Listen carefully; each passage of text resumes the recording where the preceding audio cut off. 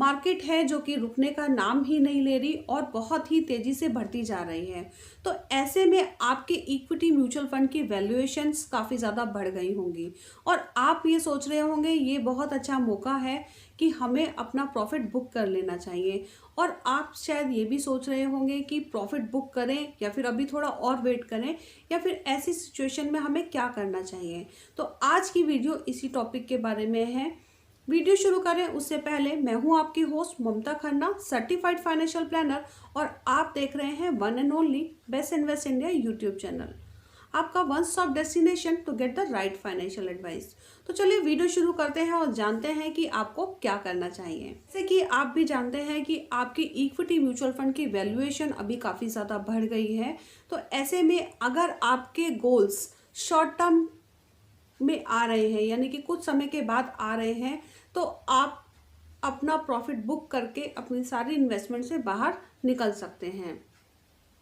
लेकिन अगर आपके गोल्स अभी काफ़ी ज़्यादा डिस्टेंट हैं और आप चाहते हैं और ज़्यादा प्रॉफिट कमाना, तो आप एक डिसीज़न ले सकते हैं कि आप अपना कुछ प्रॉफिट बुक कर सकते हैं जहां से आपको अप्रोप्रिएट लगता है, और वहां से प्रॉफिट बुक कर कर आप उस पैसे को या तो सेविंग बैंक अकाउंट में शिफ्ट करते हैं जहां से आपको 3% का इंटरेस्ट मिलता है, 2.5 से 3% का इंटरेस्ट मिलता है, या फिर आप उस पैसे को उसी एएमसी के शॉर्ट टर्म लो ड्यूरेशन या फिर लिक्विड म्यूचुअल फंड में शिफ्ट कर सकते हैं जहां से आपको बेटर रिटर्न्स मिलेंगे सेविंग बैंक अकाउंट के कंपैरिजन से, और वहाँ पर आपका पैसा सुरक्षित भी है।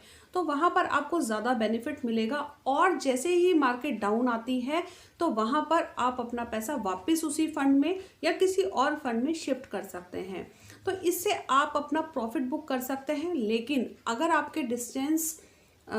अगर आपके गोल्स लॉन्ग टर्म में आने वाले हैं तो आपको सारा का सारा पैसा रिडम्पशन नहीं करना चाहिए। इसके लिए बेस्ट एडवाइस यही रहेगी कि आपको अपने फाइनेंशियल एडवाइज़र से, फाइनेंशियल कंसल्टेंट से कंसल्ट करना चाहिए, क्योंकि वो ही आपके सभी गोल्स जानता है। तो इस तरह से आप इसमें डिसीज़न ले सकते हैं। लेकिन रिडम्पशन का डिसीज़न लेने से पहले आपको ये मालूम होना चाहिए कि अगर आपके इक्विटी म्यूचुअल फंड को 1 साल अभी नहीं हुआ है खरीदे हुए, तो वहाँ पर आपको 15% का short term capital gain tax देना होगा। जो भी आपका गेन है उस पर 15% का टैक्स आपका लगेगा, और साथ ही 1% एग्जिट लोड भी आपका वहाँ पर कटता है ज़्यादातर फंड्स में। और अगर आपका होराइजन 1 साल से ज़्यादा हो चुका है आपके इक्विटी म्यूचुअल फंड को इन्वेस्ट किए हुए, तो वहाँ पर आपको लॉन्ग टर्म कैपिटल गेन देना पड़ेगा। अगर आप कैपिटल गेन्स के बारे में और जानना चाहते हैं तो आप हमारा ब्लॉग पढ़ सकते हैं, उसका लिंक हमने डिस्क्रिप्शन में दिया है। और ये भी डिपेंड करता है कि आप इस बार कौन सा टैक्स रिजीम फॉलो करना चाहते हैं। आप ओल्ड टैक्सेशन के अकॉर्डिंग अपना टैक्स फाइल करेंगे या फिर न्यू टैक्सेशन के अकॉर्डिंग अपना टैक्स फाइल करेंगे। तो आप रिडम्पशन करें या नहीं करें, या फिर कितना प्रॉफिट बुक करें, ये डिपेंड करता है आपके गोल्स के ऊपर और आपकी नीड्स के ऊपर, और आपने किस तरह का एसेट एलोकेशन अपने लिए कर रखा है। लेकिन इस चीज़ में कोई बुराई नहीं है कि यहाँ पर आप अपना थोड़ा सा प्रॉफिट बुक कर लें, और जैसे ही मार्केट गिरे उसको आप ट्रेंचेस में अपना पैसा री इन्वेस्ट कर सकते हैं।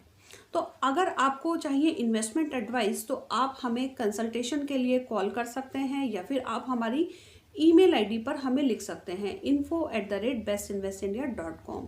तो आप हमारी पोर्टफोलियो रिव्यू या फिर आपको क्या डिसीजन लेना चाहिए अपने म्यूचुअल फंड से रिगार्डिंग, इसके बारे में कंसल्टेशन ले सकते हैं। इसी तरह की और जानकारी आपको टाइम टू टाइम मिलती रहे तो उसके लिए हमारा चैनल सब्सक्राइब करना ना भूलिएगा, और अगर वीडियो पसंद आई तो लाइक ज़रूर कीजिएगा। Thank you for watching. Happy investing.